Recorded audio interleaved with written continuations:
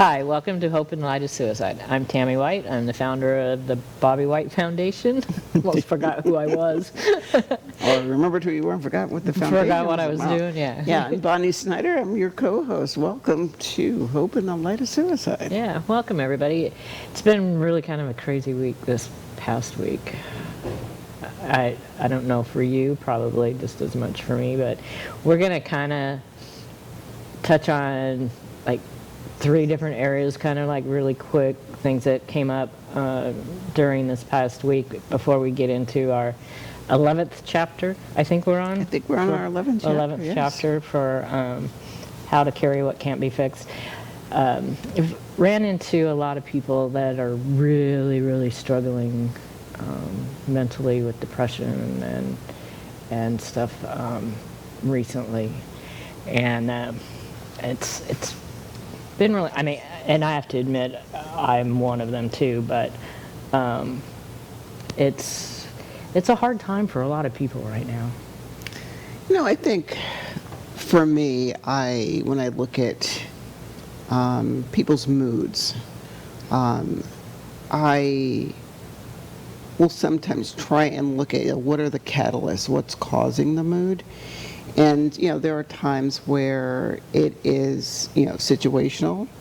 There are other times where I see that moods tend to change with the seasons, you know. And so when I, you know, look at, well, it's summertime, you know, everybody should be, you know, happy and, you know, it's summer, you know, summer fun kind of thing. And I'm like, yes. However, from, you know, a person who might be struggling with, you know, depression or something, it's hot. You know, when you think of, you know, children that go to school, it's like now their social contacts are limited because, you know, their friend, you know, Right. If I live around this side of the county and my friend that I, you know, was in school with, excuse me, is on this side of the county, and, you know, I'm depending upon mom and dad to, you know, hey, can we have a hangout day? Right. You know, there is that. You know, I also, you know, look at, you know, May being Memorial Day.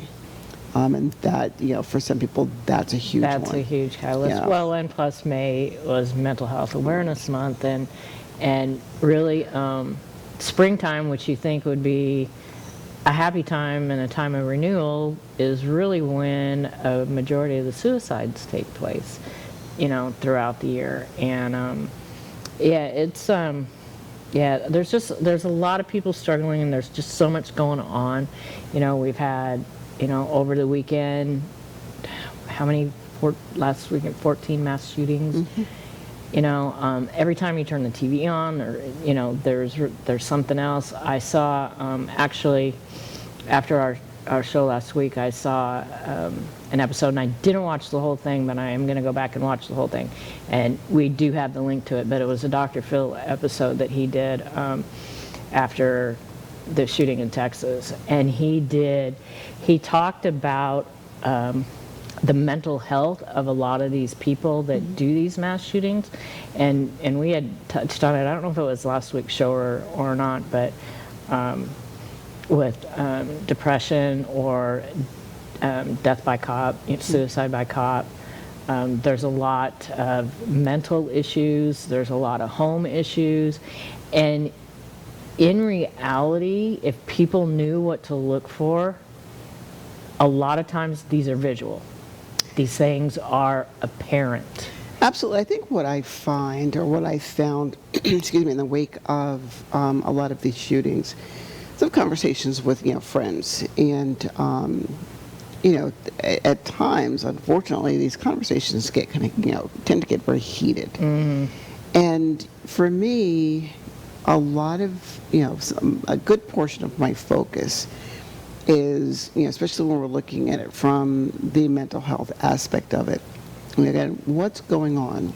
You know, what was the catalyst for this? And I think what I find in terms of, you know, especially when we're talking about, you know, gun violence and everything like that, I find myself, you know, as I'm talking to some of my friends, saying to them, you're missing the point. you're not looking at the big picture. Because when, like we're talking about, for instance, what are some strategies that we can put in place to make sure that guns are not in the hands of people who shouldn't have them in their hands. Right. And of course the pushback, we usually get is, but they're taking away my Second Amendment rights. And I'm like, tap the brakes. To me, it's nothing, I don't have an issue with Second Amendment rights, or what. I also look at people, it's like, do you really understand what the Second Amendment really says, or is that just a something for you to yell about, or is that just a talking point for you to eliminate the possibility or, deter you from looking at the bigger picture? I'm a firm believer in, if there's a potential that someone is going to use a firearm to, not only harm themselves but harm others, you know what? Violate away. Something I heard, was it the news or, I think it was the news or a talk, something I was watching on TV. And for knowing me, it was probably the news, because I'm boring like that. But, as they were like, people are hopping up and down about Second Amendment rights. And the person who, it was an elected official, so yes, it was the news, said, what about the rights of the person who was shot? Yeah. Like, where are their rights? Yeah. And, and I when I heard that, as I'm looking at that, I kind of sat up and I'm like, what's that expression? Say it louder for the people in the back. Right, right. Because, for me, it becomes an issue of, I have my rights, you have yours. I'm not saying that I want to infringe upon your rights, but let's look at this for a moment. Those of you all with children, if your children do something that is contradictory to an expectation that you have in the house, what do? You ground them, all right? So have you taken away, right? Have you taken away their right to go outside, or their right to have their video games, or the right to have their phone, whatever, however you ground them, or whatever that consequence be, And of course, people might say that's not the same thing, Bonnie. But let's think about it. Let's go big picture. So if somebody comes in and they displays, some kind of action or that would lead us to believe this person is dangerous, and therefore, should not have their weapon. You know what? Hey, if your rights are violated so that someone else doesn't get hurt, or more, or just as importantly, you're not hurt, hey, by all means, take the right away. Yeah, and like the kid in the Texas shooting, I mean, what did he need to go in and buy those two types of guns and all that ammunition at once? Well, and I thought that's part of the, I think that's part of the debate that's going on. I think for me, and this has been the back and forth, as it relates to, especially this topic, gun violence, and the fact that so many people have died as a result of mass shootings. And, at the end of the day, the gunman who, is subsequently killed, you're right, for us, it's like, was that their intention all along? Hey, I'm going out, I'm taking as many people out, with me. Or, it's like, I really didn't, or was that a cry for help, hoping that they did not get shot? And, to me, regardless of which one, it's like, what set it off? And so for me, I'm looking at it in terms of an 18-year-old. My thing is, what's an 18-year-old doing with a gun? And, I think we talked about this a little bit last week, as well, as it relates to the age limits and restrictions we put on some things. At 18, we can join the military. We can be trained on weapons systems while we're in the military. However, I have to be 21 to buy a pack of cigarettes or to buy a beer. Now you can train me, and I think about my, as you guys know, I'm military. I'm retired Army. All right, so I learned how to fire a machine gun. I learned how to fire, the shoulder, fired weapon. I practice shooting at tanks, whatnot. It's like, oh, this is really cool. And yeah, I joined when I was 18. However, fast forward to, if we take what's going on now, back then, again, you've got me on this field teaching me all these weapon systems. If a war breaks out, what's going on? I'm being, there's a You're potential. I'm expected- being shipped right. off to someplace else to, to fight a war for this country, or whatever, for the defense of the country. But I have to be 21 to buy a pack of cigarettes or buy alcohol. And I'm not advocating, hey, cigarettes and alcohol. Well, no, because I mean, we know what, pay their job. you're on those other committees, so yeah. But, it's, well, and even, I think it was reported that the guy who, the shooting at the grocery store in New York, one of the guns he only purchased hours before. Yeah. Hours before. And it's like, okay, what do these, I get some people in there, because I know people who have them, and they're not saying that they're not automatic, and they're not, I don't even think they're saying they're semi-automatic, but the AR-15s. No civilian really needs one of those guns. There's a lot of other options. And this is what a good majority, I don't know what the statistics are, but I think at least in the last 2 shootings, those guns were involved. If I remember, and again, this is one of those ones that, I'll, going back and look, my understanding is in all of the, I'm going to put that percentage higher, that it seemed like in all of the last mass shootings, the weapon used was an AR-15. Mm-hmm. And people are like, well, it doesn't. It doesn't. AR does not stand for assault. It's like people call it an assault rifle. But it's not an assault rifle. And I look at people and I was like, correct. Okay, we're playing semantics here. It's an assault. People say, well, it's an assault style weapon. I look at it, I agree. What the devil does a civilian need with an AR-15? I was listening to, and I want to say it was probably the same news program where they were talking about, the AR being changed to this, and somewhere in the midst, so I was, partially listening, partially not, but somewhere in the midst of its progression, they talked about how one detailed change of that particular weapon, it was the M16. And I looked, I was like, M16? That's the weapon that I had in the military. That was the weapon that we were trained in that was going to go into combat. Now, I don't know if a civilian is able to have an M16, but that's a military-style weapon. Right. And, so if the AR-15 is a military type, just the civilian version of the M16. I so say the same thing. Why do you need this one? What do you? And of course, people are like, because my Second Amendment's rights say I can. And I'm like, I'm all for that, but let's think about this. It's illegal for you to buy a hand grenade. Or can you go out and buy, or maybe you can buy a hand grenade. It's there are certain things that it's illegal for you to have in your possession. So, why are we so up in arms about, the legal, making this particular weapon illegal? I'm not saying take every weapon and make it illegal. No, not like what Canada right now is doing. I think it's temporary, but no gun sales. They're limiting everything across the board right now. That's never going to happen here.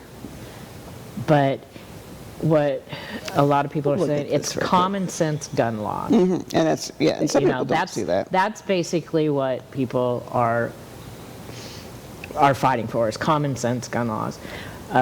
We need people to, there needs to be that red flag thing. I mean, there's definitely, a bunch of mental health issues going on with what's happening, and it's just not one side, not total, not gun control, and not just mental health. It's got to be the whole shebang. That's got to be tried and figured out in order to. But I think limiting, going back to the common sense gun laws, and I can't remember what I was watching.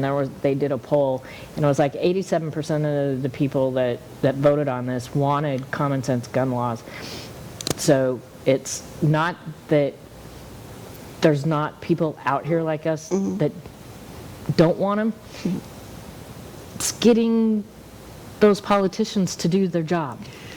And I was just, I know somebody else probably caught me looking at my phone on screen. It's like, it happens. But no, I was, looking at it, I was like, I do want to see what was the ratio in terms of, weapons used.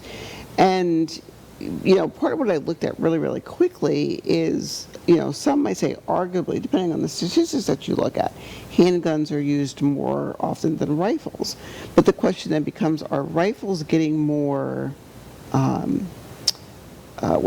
getting more spotlight because of the number of people that are being, shot. So if you look at, and I think this, I should say, I think this particular statistic that I looked at is, what kind of weapon was used in, mass shootings or gun violence in the United States. And, so I would say, all right, I want to tease that out a little bit more and say, again, look at what was the weapon used in mass shootings.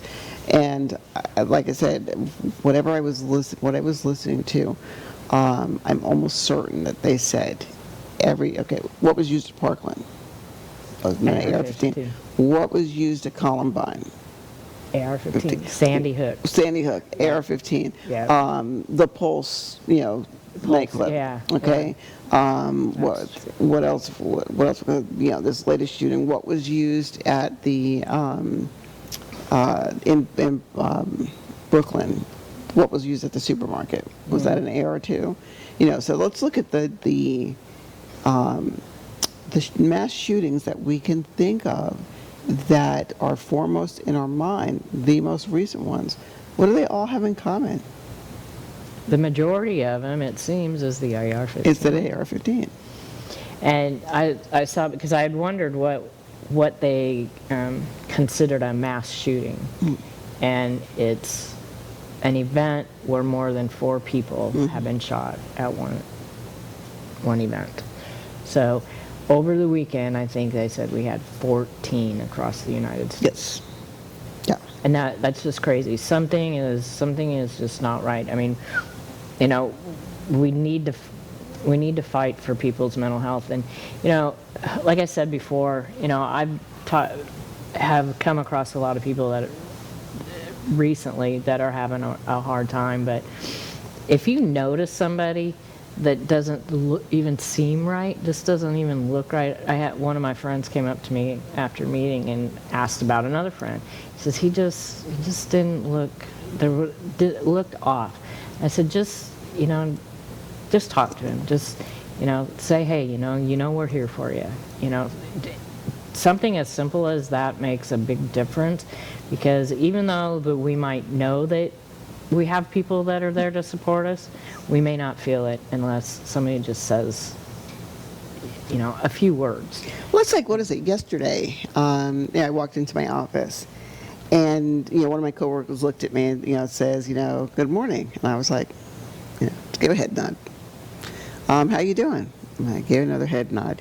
Now, I'm just getting in, I've got, my briefcase and my rolling case and my, it's like, the billion moving things. In. Yeah, it is. Yeah, I'm moving in and moving out of my office every time I go to work.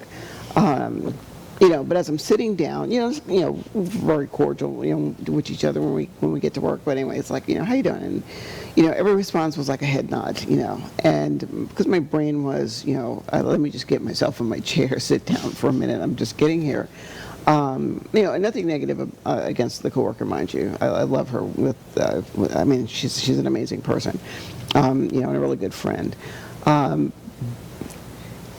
What she did, to your point, is she looked at me and she goes, are you not talking to me? No, it was, I mean, Yeah. and she said it jokingly. Right. Are you not talking to me? It's kind of like this sad face. You're Right. not talking to me. I just looked at her and I said, why would I not talk to you? And then she says, because every answer you gave me was nonverbal. And, I'm chuckling, now, Right. granted, that's, kind of, the friendly banter that we have in Right. our office. But it illustrates a point. How you doing, Bonnie? I'm good. How are you? Or good morning, Bonnie. Hey, what's up? Good to see you, and, we chit-chat for a minute. Versus, I was doing a head nod, and I don't know if I had something in my mouth or, what was going on, that at the time I couldn't speak, or I couldn't open my mouth and go like, hey, what's up? But I think I was chewing on something, and at the same time, I don't think she realized it. Are you not talking to me? Yes, I'm talking to you. Now, somebody else, using that as an example, okay, let's just suppose I was in a crisis, and she didn't say, "Are you not talking?" Right, exactly. And that was, very innocuous. Are you not talking to me? And again, she's making it about her. But again, in the context of that conversation, right. It was supposed to be. But then, sometimes, it does have to, it does have to be like that. Are you okay? No. So, no, I'm not okay. Or why are you asking? I don't want you to know. Versus, we use this tactic also too when somebody's, when somebody's angry, or we need to get their attention, and it's like, okay, they're not hearing, you're not hearing, you're not hearing. Let's do something, to de-escalate. Let's do something to de-escalate, that high negative emotion. And, I always use this funny story, to illustrate that. It's just kind of a way to bring somebody in and take their focus off of what's going on at the moment, But I was upset about something, and I'm sure we go back, to last year sometime. I was upset about something. Just ranting. And my ex-husband, it's at home. My ex-husband was sitting on the couch. And he just looks at me and he goes, "I have feet." I remember you saying this before, yeah. And I'm like, "What?" And, he looks at me and goes, "I have feet." And, of course, I'm like, "What does your feet have to do with what I'm talking about?" And he goes, "Bet you I got you to calm down, though." And I had to think about that for a moment. I was like, wow. Yeah, it just kind of stopped your train. It did. It allowed me to rein in my emotions and more adequately process what I was angry at, what I was upset about. And I think the same is true for, depression, is, finding some way to have the person switch focus for a moment, and kind of like, I looked at it as hit the reset button. It didn't take away what in that particular instance, Right. It didn't eliminate what I was upset about. What it did is it reset and knocked the emotional feelings down a couple of notches. So again, dealing with somebody with depression, gee, it's a really nice day today. Now I would expect someone to look at me, it's like, what are you talking about? It is not a nice day. Oh, what's going on? That, to me, that's the end. Right. What I miss. That's my thing. What I miss, or what's going on, or with youth, I usually tell them. Again, this is a billion-time repeat. I can't help if I don't know. Or with my grandkids who think Nana can fix. I shouldn't say just my Right. grandchildren. My children, who thinks Nana/mom can do anything. I can't fix it if I don't know. Oh yeah, it's getting people to talk and open up, and then they have to be willing to. It and kind of brings me back to, again, with the stigma with suicide. I had a couple people reach out to the foundation, and within their circle, and this is deaths that happened fairly recently, the people around, they don't want to talk about it, they don't want to deal with it. A couple of the people do, but then they pull back. And this is what we're really trying to push to get, and it's crazy that even we've been doing this a year and a half, not counting our experience prior to that, and there's still a pushback of the stigma and people not wanting to deal with it. It is, and what I find too, if it's not stigma, it is people are uncomfortable talking to people who have experienced loss, because it's like, I don't know, it's almost like, I don't want to add to the grief, and it's interesting, that we're on this topic, because it's like, you love when things happen during the day, and it's like, wow, it's funny that we're talking about this, we're talking about this now. But, we have a new coworker on our team, and, this person asked, if they could, tag along with me today. And so we're in my car, they're like, hey, can I, ride in your car with you? Of course, absolutely. So anyway, we're chit-chatting, and we have to get on the subject, we have to get on the topic of Patrick. And, we were, talking about another team member, and I was like, oh yeah, I remember when my son met this particular team member. And, we talked about this exchange and whatnot. And, so this, person, he's, they just started, they started laughing at, the story. To which they say, how old is your son? And they're like, how old is he? And I was like, how old is he? How old is who? And he goes, your son, your youngest. And I was thinking to myself, how do I want to answer this? Because I still, to this day, have a problem saying the D word, or the word, that, P-A, that phrase, with him. I can't even say it now. But anyway, I'm like,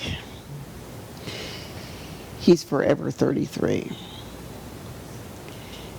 And I don't think, the person that I was talking to, I don't think they caught on. Yeah, thank you. It didn't register right away. Right. And they were like, what? And I was, and I was like, he's forever 33. And I want to say after like this third time, I said, forever 33, it clicked. Oh, I get it now. And I want to say, that, I was like, oh, I get it. Conversation changed. Actually, not total. Well, let me back up a minute. They did ask what happened, and I explained to them. However, it became like a short, 5-minute conversation, changed to something else. Now I have to ask myself, did it change naturally because of what we were talking about? Or did it change because there was a discomfort of talking about the subject? Or again, how do you talk to, somebody who, who's the lost survivor? Right. And I look and say, hey, I will talk to you about, anybody. I'm just, what words I choose are selective. Again, if I look at, where's my grandfather? I can say my grandfather passed away, in 81. I can't say that. I can't say that with my child. Yeah. It is the same thing with Aiden. It's either they left or they're gone. And somebody did look at me one time and they were like, I like the way you said that. I'm like, what are you talking about? When you say your son left. That's the coolest thing I ever heard. And I was like, really? I didn't think about that. But yeah, don't be afraid to talk. Don't be afraid to talk, guys. Yes, there's stigma out there, but the only way that you can stomp out the stigma is by facing it head on. Yeah. There's a thing. Face your fears. Face it. Yeah. This one gal, she reached out to me, and Nobody in her family will talk about it, and won't even talk. Don't want her to even talk. And we were going to meet up, and then she kind of postponed or canceled, and I don't know. Hopefully, she'll reach out, because I did send both of them information for resources and stuff, and so hopefully they'll reach out again. I'm going to reach out one more time, just to let them know that, hey, we're still here, and we do have more information for you. But yeah, I mean, I don't know. Another thing, I came across this article. We have this really cool bridge in Skyway. Tampa, St. Pete. Actually, it's St. Pete, I guess. The Skyway Bridge. And just like the Golden Gate Bridge, it's been used for suicides.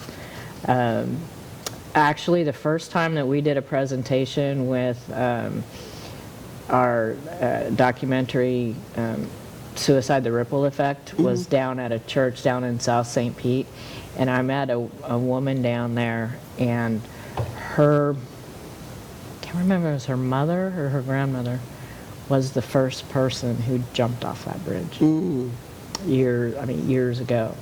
So anyway, a year or two ago, they put up this new wire barrier to help alleviate the jumpers. Even though we've had, what did they say? Along the Skyway, there's 6 phones that connect directly to the Crisis Center of Tampa Bay. And they have video cameras all across. There's 24-hour patrol, but people still jump. But since they put up the fence, the suicide rates have dropped dramatically.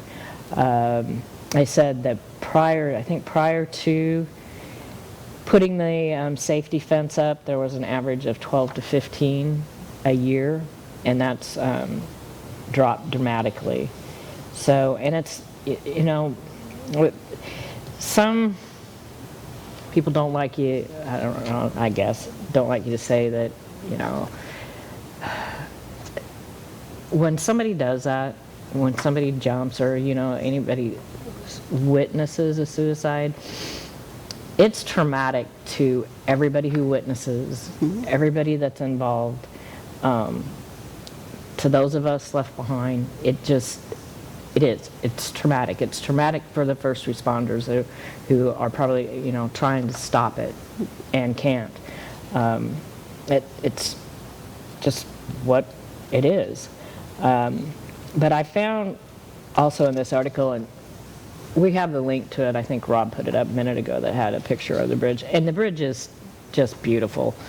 Except when I drive over it, I have to drive on the inside lane because it is so tall.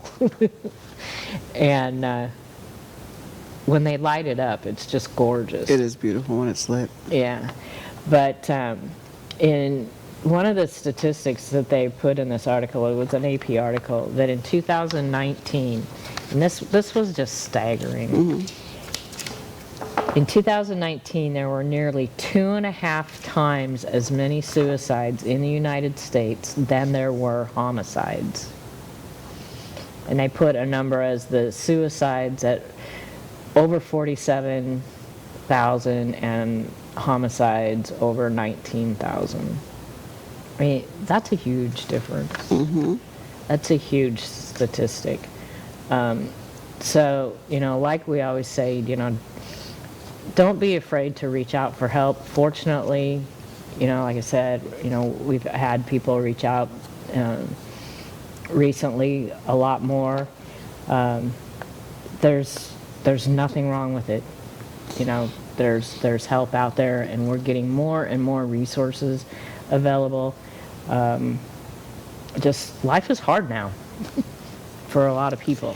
It is, and I like, as I'm looking at, the safety measures that they've installed, on the bridge, and looking at the article, some of them I was like, I didn't realize that, but I like the motion detector, it's like motion or safety detectors too. If a car stopped or a pedestrian Right. stops, it monitors that, so somebody's right there. Yeah, it makes an alert. So Yes. yeah. I was in Clearwater, and this is going back.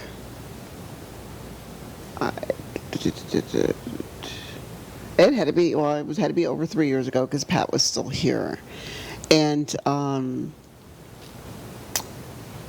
traffic was backed up. And I'm thinking to myself, what is going on here? Like, it was the time of the day that you typically don't think of, traffic being backed up and whatnot. And, as we finally got settled and whatnot, I think I was going to meet friends for dinner. It turned out that they were trying to talk somebody off the bridge. And I'm sitting back and I'm like, wow. All I could think of was, of course my brain is, what's going on and why do they want to jump? And if I remember, I believe in that particular incident, they were able to, talk the person down because I didn't, there was no news story afterwards that said that the person, was successful in jumping off. But I have to look at myself if this was, around the 2019 area, was it these safety measures that allowed them to stop this person, from jumping? Well, they said, at least here, and I think the same thing happened too. You're not going to stop at 100%. We wish we could, but I think the same thing happened with the Golden Gate Bridge too when they put up, their safety measures. But it's. But I thought, the statistics of it, and I was glad to hear that because it was several years of talk before they finally put that safety fence up. So it seems to be doing its job more than it's not. So that's really cool. It was something that just popped out at me, when I was reading through some articles. So anyways, so just one other thing before we get to our chapter 11. I was working on my fence this weekend, and I got really mad. I was mad because it was so hard. I put in these big poles. Rob, do you have that's one side of the driveway where I got the poles in and I got the hog wire up. There's still some wood fencing that needs to go up, and that's the other side that I'm doing now. That side's harder. That's where she ended up hitting that tree head on and lodged in between that other tree with the sign on it. But anyway, I got so mad that I went over to her apartment and I spoke with her roommate. Again, nothing's gonna ever come of it. I had some options available, but I don't even believe that any of those options are going to be viable. But I did, I left my contact information, and I told her roommate, she's going to be in crisis if she's not already. If she's willing to get help, we have resources. And I just, I hope that, she'll reach out. And when I went over there, I had my cap on and my work boots and my jeans. I was filthy dirty, and I told this girl, because I kind of wanted to make a point and an impression. I said, I'm an old lady. I'm a widow, and I'm out here busting my butt in the heat, fixing this fence that she destroyed, and with no consequences. I just, and her roommates were very sweet and very kind. So fence is still in progress. It's going really well. It's just really hot out there. It is hot. I whenever I'm doing anything outside, I do it in shifts. It's like I'll go out, for 15, 20 minutes, and then I go back inside, cool off. Or my neighbors laugh at me because one of the things, and I think I said this before, in terms of distractions and keeping my mind busy, is I tend to have multiple things going on at the same time. So Oh, I do I'll too. go outside and I'll pressure wash one, square of, my back patio or my, sidewalk or my driveway. And it's like, all right. Now let me go inside and, fold a half a basket of laundry because I need to be in the cool. Or, let me go out here and do this and then go into the garage and do this. That's what I did Sunday when I was working on the second side, because I had to clear all this debris out, and I don't even think, I hadn't had the fence posts, the new one, in yet, because when she hit those fence posts, she broke them twice. Yeah. They were broke at ground level and 1.5 feet below. So I did all that part of it and was just hot and sweaty, and I was like, okay, the lightning are playing. Let me go in and take a shower. Let me watch the lightning. Right. So I went in and watched the lightning, and then later in the evening I was like, okay, we won the game. I got the energy, and I went out and I put that other post in, and that felt really pretty good. So, this to segue into this chapter, I have to admit, as I was reading, especially the second paragraph of this chapter, I chuckled. I was like, is that really in this book? I know. I had to read it twice and she really said that. She did. It's really in here. We're streaming, so I think we can say that. Well, it's our show. It's our show. We can say it. But what I looked at, looking at this chapter 11, of our book, How to Carry What Can't Be Fixed, and we always, do a reminder that, you can buy the book on Amazon or, bookstore or whatnot, and follow it, follow along with us. We do have the QR code. And we also invite you that, if you are using Amazon, do the Smile down, Smile Amazon or Amazon Smile. And, this way you can pick a charity. But anyway, this particular chapter, got into, it's entitled The Ultimate Boon. And it talks about the gifts that come with grief. The first sentence is, the gifts that come with grief, gifts that come with being intimately familiar with loss. And, basically what she starts this chapter off with is how loss can affect you, and it affects us in different ways. And, what she says, is, she goes on to say how, however, this doesn't mean that it's fair trade your life, that your life was in exchange for the gifts you now possess. And then she goes, maybe you have become less tolerant for bullshit now. And when I read that, I was like, that's really in this book. I'm like, was that a misprint?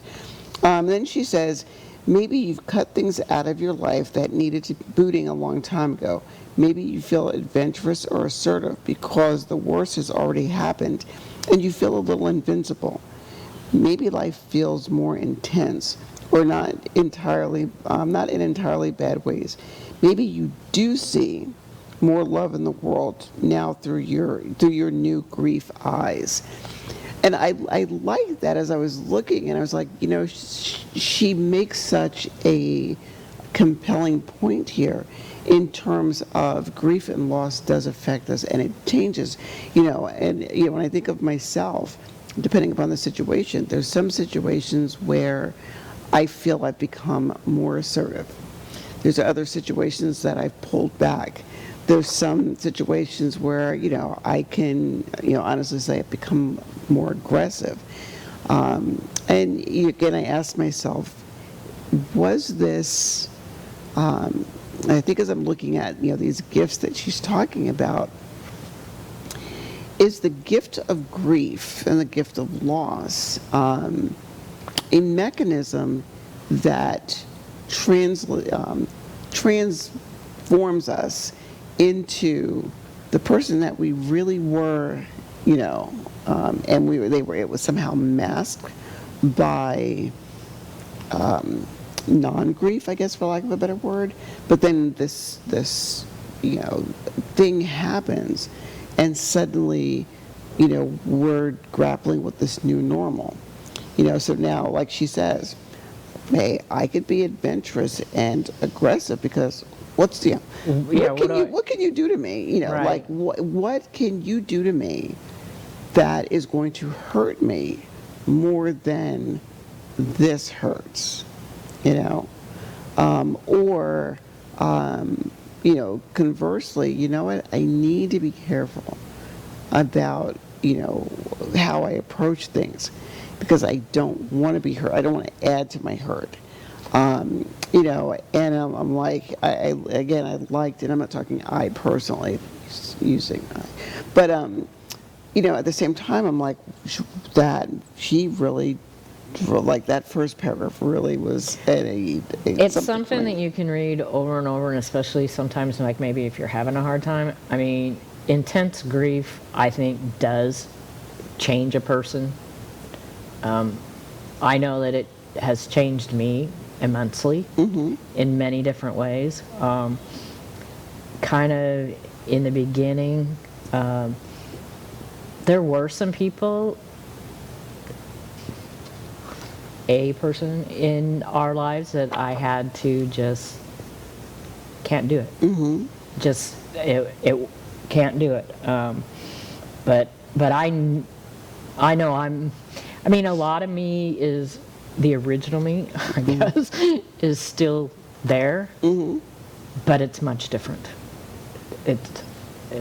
I still do, a lot of the same things that I did and do more things, but it's kind of hard to explain. It's more on a emotional level, I guess, that the change has happened, and the way that I guess I kind of approach life now.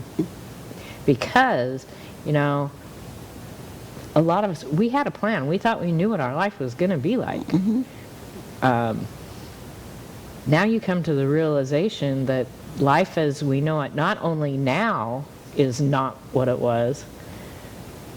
The future's not going to be that way either. No, I find myself, oftentimes asking, of course we do the what ifs, and I think, I would venture to say that the what ifs are different than the coulda, shoulda, wouldas, kind of things. I mean, so I think it's natural to always come back and say, if this would not have happened, what would life look like? And, I think this is a nice segue into the next section of this chapter where she talks about the 13th guest. I want to read this one sentence that she has, though, at the end of from the paragraph that you just read. Though you trade all these gifts just to have your life back, grief isn't a complete dump truck full of doom. Yes, so true, true. And I really like the way that she put that too, because sometimes you feel like that's what it is, but really, if you look, it doesn't have to be that way. It doesn't have to be that way. And I like again, going back to this chapter, I loved, how the context that she put certain things in. Because as I was reading it, and I'm looking, 13th guest, what the devil is she talking about? Like, what is this 13th guest? And she talks about how the number 13 has such a negative connotation here in, Western culture. It's like, Friday the 13th, don't do anything on Friday the 13th, that's a bad luck day. But she also goes into talking about, she drew the comparison of fairy tales, where the original, Snow White and the Seven Dwarfs, not Snow White and the Seven Dwarfs, there were original, was it not Snow White, oh my gosh. Was it Sleeping Beauty. Sleeping Beauty, yeah. Yeah. The original, Sleeping Beauty, there were really 13 fairies, but there were 13 fairies, but there were only 12 plates. And, she was talking about how that 13th person, or that 13th guest, is the guest that's not welcome.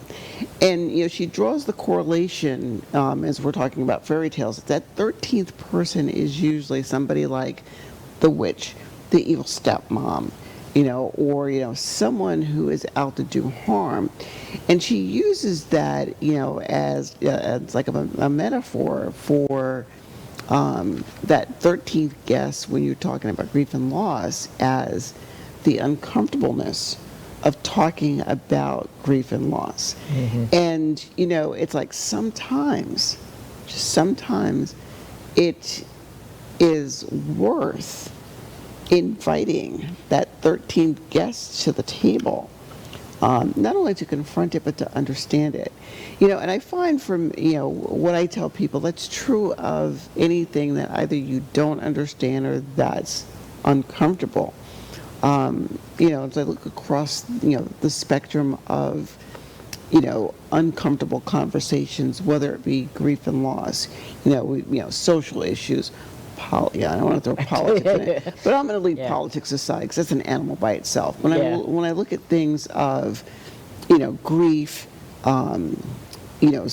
social justice, inclusion versus exclusion, those can be difficult conversations to have. That 13th guest that we don't want. And again, as she says here in the book, if you continue, and I'm paraphrasing, mind you, if you continue to ignore that which is uncomfortable, and don't invite it, to the table, don't give it a space to talk about, it's going to remain uncomfortable. Well, and it's like the elephant in the room. I mean, she says in here, basically, she's never going to get a spot on the guest list. When she arrives, the 13th guest brings uncomfortable blessings or some kind of unsettling gift.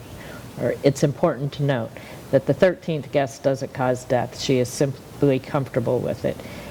She's not afraid to reveal her knowledge about other things people try to avoid, but no wonder she's not invited. When you're living in deep grief, you're consciously aware of the dark presence you bring to social settings. Well, and it's funny, because that happened to me I was at a seminar for a friend of mine, and it was a financial seminar, and she's brought up, nobody likes to talk about death. She goes, oh, except for Tammy. and then a few people in the room knew who I was and knew, what she was talking about. But then she explained, the Bobby White Foundation. But I thought, wow, that was the first time that's happened. But for me, I don't know whether I would have been, honored or insulted if someone says, well, nobody likes to talk about death except Bonni. My thing would be like, what are you trying to talk about? Because for me, in a sense, I look at that as having a double-edged sword. Right. You just made me the 13th guest. Right. And so I look at it, so how many people are going to avoid me because it's like, oh, that's gloom and doom, you don't want to talk to her. Well, and at least in my case, there was probably half of the people in the room knew me. No, and I understand. No, I understand. That wasn't, so much that way, but I could definitely. No, and I understand. I mean, looking at it, say, broader picture, I've either just become the 13th guest that no one wants to talk to, right? Or you've just given me permission, right, to have the uncomfortable conversations that people. Well, again, guys, it's not. Yes, I'm comfortable talking about, death and grief and loss because of my experience. Or, I think, the other thing that we find when we're talking about, grief and loss and not wanting to talk about it, is people are afraid of the unknown, and facing our fears, for some people is difficult, is extremely difficult. So for me, I'm like, make me 13. I'll be number 13 all day.